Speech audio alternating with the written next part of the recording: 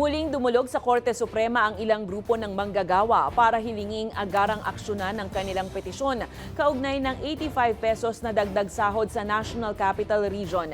Ito'y matapos maglabas ang Pasig Regional Trial Court Branch 152 ng preliminary injunction laban sa pagpapatupad ng wage order. May mga petisyon din laban sa dagdag sahod na dinidinig sa mga korte sa Pasig at Navotas.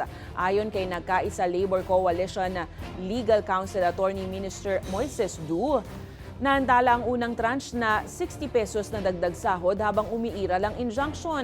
Babala niya, maaaring manatili ang injunction hanggang hindi nare-resolba ang kaso na posibleng abutin ng ilang buwan o kaya taon.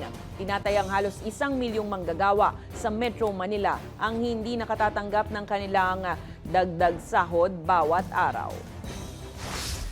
So ang danger po nito, kasi po ang preliminary injunction, it will be effective until the case is still pending.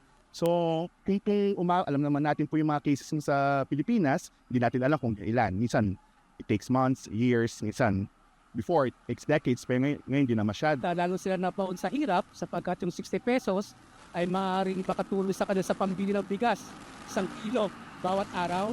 So yun ay nasnatch nitong TRO at injunction ng Pasig RTC.